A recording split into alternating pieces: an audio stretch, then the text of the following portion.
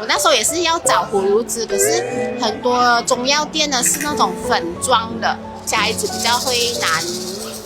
拿对，所以我就看到这个是 liquid 的，所以我就 try 一下咯。大家好，我是燕欣，我来自丁家奴，我是一名妈妈，然后有一位女儿。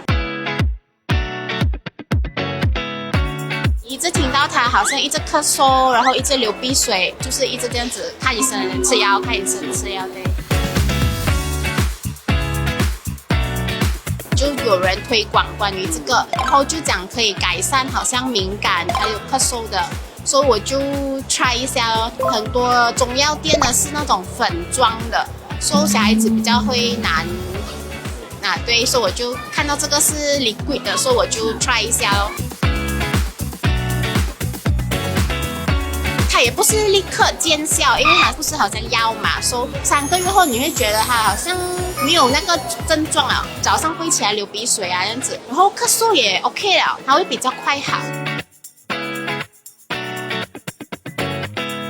保安可以好像 protect 它，护着我的女儿的肺部。出外我也是会准备几包，就比较心安的感觉，对。